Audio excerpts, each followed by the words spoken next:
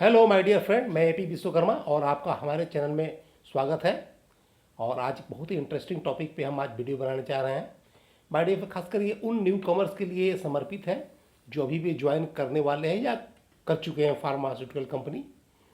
तो my dear friend, ये प्रश्न उठता है कि आखिर मेडिकल रिप्रेजेंटेटिव का नौकरी ज्वाइन करने के बाद कौन कौन सा रिपोर्ट ऐसा है जो कि हमको कंपनी को भेजना पड़ता है। ये छोटी छोटी जानकारी रखना बहुत ज़रूरी है और इसका बहुत अपना अपना हर रिपोर्ट्स का रिटर्न्स का अपना अपना रोल होता है।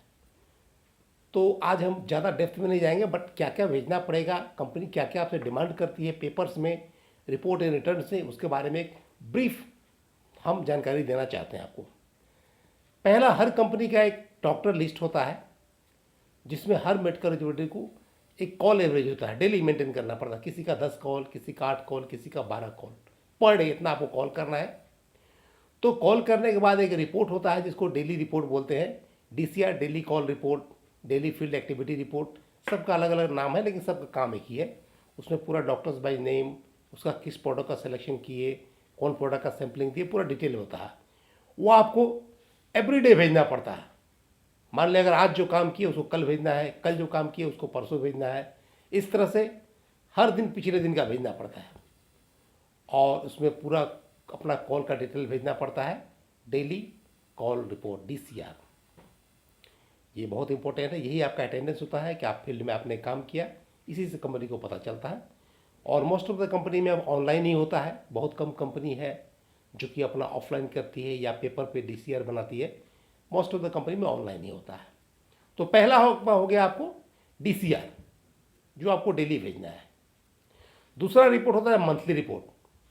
जब आप पूरे महीना काम करते हैं तो आपका एक मंथली रिपोर्ट होता है कि आपका कुल टारगेट कितना था, प्राइमरी कितना था, सेकेंडरी कितना था, आपका प्रोडक्ट बैच कितना का हुआ, अचीवमेंट कितना हुआ, कितना डेफिसिट हुआ, या आपका नेक्स्ट मंथ का प्लानिंग क्या है। तो ये क्या होता है माय डियर फ्रेंड कि आपको एवरी जो होता है, अगर आज 5 तारीख मान लिया है, अगर 5 मई है, तो आपको पिछले महीने का मतलब अप्रैल का आपको सबमिट करना पड़ता है। तो मोस्ट ऑफ द कंपनी में करीब 5 से 10 के बीच में सबको सबमिट करना पड़ता है मंथली रिपोर्ट। तीसरा रिपोर्ट होना my dear friend, tour programme.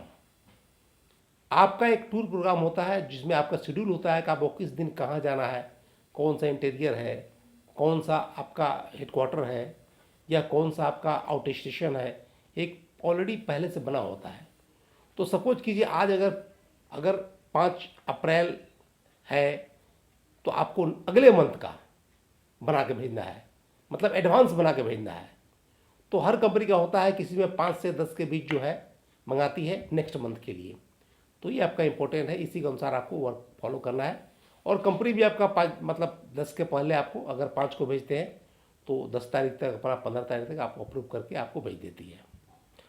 तीसरा होता है my dear friend, expense report. आप पूरे महीना जो काम करते हैं तो मंथ खत्म होने के बाद जो अगले मंथ 5-6 तारीख तक हर कंपनी का अलग अलग शेड्यूल डेट होता है, कट ऑफ डेट होता है। किसी का 5 होता है, किसी का 10 होता है। 5 से 10 के बीच आपको प्रीवियस मंथ, पिछले मंथ का आपको भेज देना। सपोज अगर 5 मई है तो आपको अप्रैल का जो मंथ का एक्सपेंस आपको कंपनी को सबमिट कर देना है।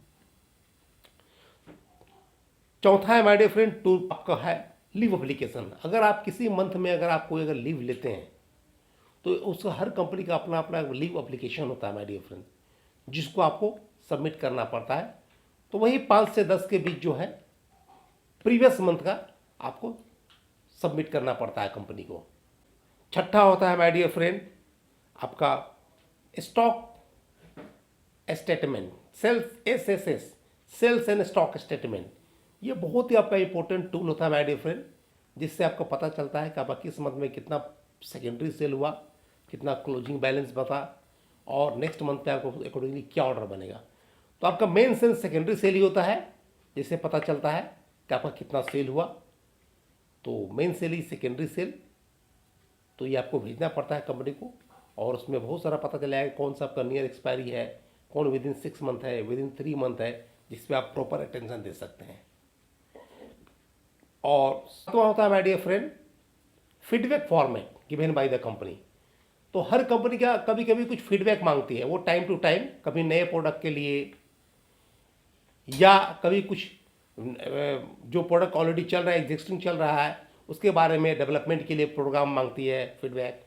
तो वो टाइम टू टाइम हर महीना, 1-2 महीना, 3 महीना में कंपनी का कुछ न कुछ फॉर्मेट आता है, उसका एक कट ऑफ डेट होता है जिसको आपको समय पर भेजना पड़ता है कंपनी को। तो I hope my dear friend, ये सारे डॉक्यूमेंट्स जो है, पेपर जो है, आपको कंपनी को भेजना पड़ता है, जो कंपनी का रिक्वायरमेंट होता है, उसी के अनुसार कंपनी अपना स्ट्रेटजी बनाती है, कितना सेल हुआ, आगे का क्या प्लानिंग है, उसके अनुसार बनाती है। तो I hope my dear friend कि आपको ये सारा डाउट क्लियर हो गया होगा कि क्या क्या कंपनी को भेजना पड़ता है, खासकर न्यू कॉमर्स के लिए। तो ये जानकारी हमको लगा कि आपको हो सकता है कुछ वैल्यू एड प्रदान करे। तो मेरा आपसे रिक्वेस्ट है कि हमारे चैनल को सब्सक्राइब करें और वीडियो को लाइक करें, शेयर करें, और कुछ जानकारी अगर चाहिए तो हमारे कमेंट बॉक्स में जाकर पूछिए। कम ऑन यार, कुछ पूछिए कमेंट बॉक्स में, कुछ अपना सलाह दीजिए। Thank you my dear friend.